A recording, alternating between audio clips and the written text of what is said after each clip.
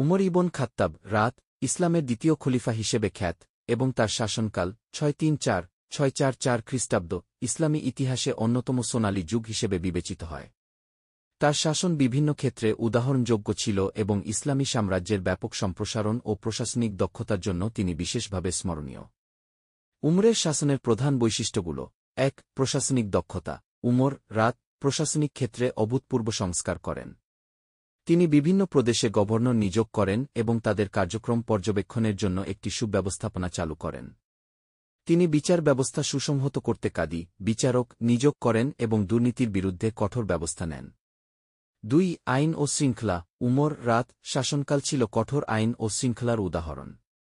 তিনি সমতার ভিত্তিতে শাসন পরিচালনা করতেন এবং নিজ পরিবারকেও আইনের আওতায় আনতেন। তিনি ইসলামী শাসনের বিভিন্ন নীতিমালা প্রণয়ন করেন যা পরবর্তীতে খলিফারা অনুসরণ করেন। ৩. সামরিক প্রসার। উমরের শাসনামলে ইসলামী সাম্রাজ্যের ব্যাপক প্রসার ঘটে। তার নেতৃত্বে মুসলিমরা পারস্য, সিরিয়া, মিশর এবং বাইজেন্টাইন সাম্রাজ্যের অনেক অঞ্চল দখল করে। তার সেনাবাহিনী ছিল অত্যন্ত সুশৃঙ্খল এবং সামরিক কৌশলে পারদর্শী।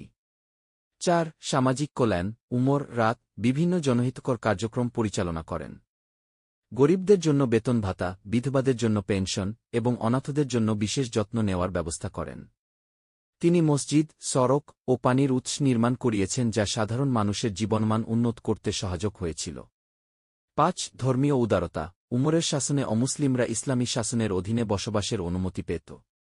অমুসলিমদের ধর্মীয় স্বাধীনতা নিশ্চিত করার জন্য তিনি বিশেষ নীতিমালা তৈরি করেন।